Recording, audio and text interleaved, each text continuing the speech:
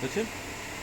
যেটা হচ্ছে আপনি অশোক ঘোড়ই আর আপনি হচ্ছে সরস্বতী এই সন্তোষী হরি। সেটা হচ্ছে যে আপনারা জানেন যে একদম খুব সাম্প্রতিক সময় গত 9 তারিখ 9ই আগস্ট 2024 কলকাতা আরজিকর মেডিকেল কলেজের একজন চিকিৎসক এবং মহিলা চিকিৎসক এবং তিনি নিজেও পড়াশোনা করতেন, তাকে নৃশংসভাবে ধর্ষণ করে হত্যা করা হয়েছে। এবং সেই হত্যা এই ঘটনায় একজন সিভিক ভলেন্টিয়ার ইতিমধ্যেই অ্যারেস্ট করেছে। তার নাম হচ্ছে সঞ্জয় রায়, যে কলকাতা পুলিশের একটা প্রভাবের মধ্যে থাকতো এবং সেই প্রভাব সে খাটাতো। এই কাণ্ড নিয়ে গোটা রাজ্য জুড়ে, বলা ভালো গোটা দেশ জুড়ে সাধারণ মানুষের প্রতিবাদের ঢল নেমেছে। প্রতিবাদ মানুষ চালিয়ে যাচ্ছে। বিশেষ করে ডাক্তার, নার্স, স্বাস্থ্যকর্মীরা তারা প্রতিবাদের একদম সামনের সারিতে আছে। তারা বিভিন্ন হাসপাতালে কর্মবিরতি পালন করছে নিজেদের নিরাপত্তার তাগিদে। এবং এই নিয়ে এখন একটা সময় প্রচণ্ড পরিমাণে একটা আন্দোলন চলছে এই ধর্ষণ এবং হত্যার বিরুদ্ধে। মানুষের আন্দোলন সংগঠিত হচ্ছে। আমরা জানি যে 2018 সালের মে মাসে আপনাদের মেয়ে তখন 9-এ পড়তো, নবম শ্রেণীতে পড়তো, ভালোই লেখাপড়া করতো, 14 বছর বয়স ছিল তখন। ঠিক একটা দুপুরে সেও নিখোঁজ হয়। পরবর্তীকালে দুদিন পরে তখন এই আপনারই এই বাড়ির পাশ থেকেই তাকে পাওয়া যায় হরিগঞ্জ। এবং পরবর্তীকালে যে অভিযোগ থাকে যে তাকেও ধর্ষণ করে হত্যা করা হয়েছে,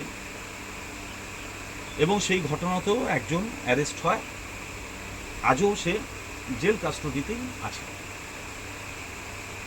মামলাটি প্রায় 6.5 বছর অতিক্রান্ত হতে চলল। এখনও সেটা তমলুক জজ কোর্টে, ডিস্ট্রিক্ট কোর্টে সেই মামলাটি চলছে, কিন্তু মামলাটির কোনো বিচার এখনো শেষ হয়নি। তো এরকম ঘটনা পশ্চিমবঙ্গে, এরকম ধর্ষণ এবং হত্যার ঘটনা ঘটে এবং মানুষ প্রতিবাদ আন্দোলনে নামে, স্বাভাবিক সঙ্গত কারণেই নামে, আমরাও সবাই নেমেছি।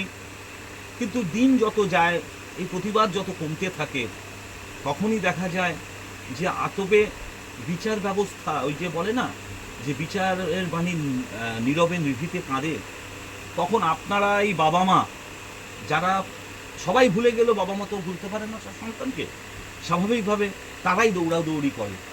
কোথাও গিয়ে দেখতে পায় তারা বিচার পায় না, কোথাও গিয়ে চরম অপরাধী ছাড়া পেয়ে যায়, খালাস হয়ে যায়, কেস ডিসমিস হয়ে যায়, বিচার পায় খুব কম সংখ্যক লোক। যেমন আপনারাও বিচার পাননি।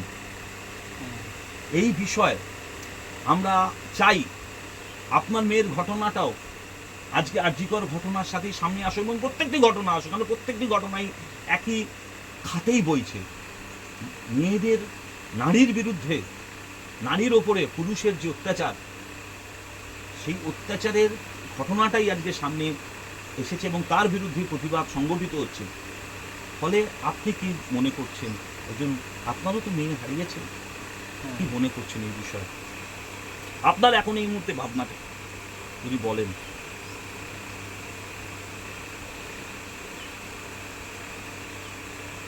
প্রায় 6.5 বছর আগে আমার মেয়ে হঠাৎ একদিন দুপুরে খুঁজে পাচ্ছিলাম না। তারপর এগিয়ে এসো, আসতে বলছো তো। তারপর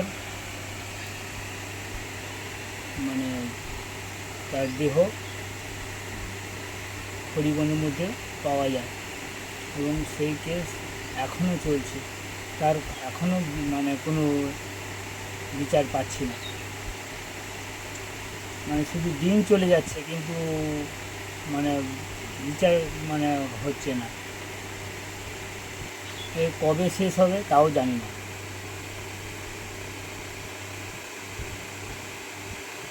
কবে যে শেষ তাও জানি না। মোটামুটি আমরা চাচ্ছি যে বিচার যেমন মানে তাড়াতাড়ি মানে হয়, শেষ হয় এবং ন্যায্য বিচার যেমন পাই। এবং তার পাশাপাশি আরও যে মানে হয়েছে এই কদিন আগে আরজিকর হসপিটালে যে ঘটনাটা ঘটেছে তারও যেমন ন্যায্য বিচার হয়, অপরাধী যেমন শাস্তি পায়,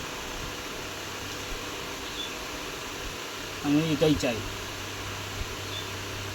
আজ তো আমাদের কাছে আর একটা প্রশ্ন, সেটা হচ্ছে আজ তো আপনি কি একা একাই এটা করেন? প্রথমে মানে যখন ঘটনাটা ঘটে তারপর অনেক লোক সঙ্গে ছিল, তারপরে একে একে সবাই সরে গেছে, এখন একাই মানে কম বেশি একাই আছি এখন।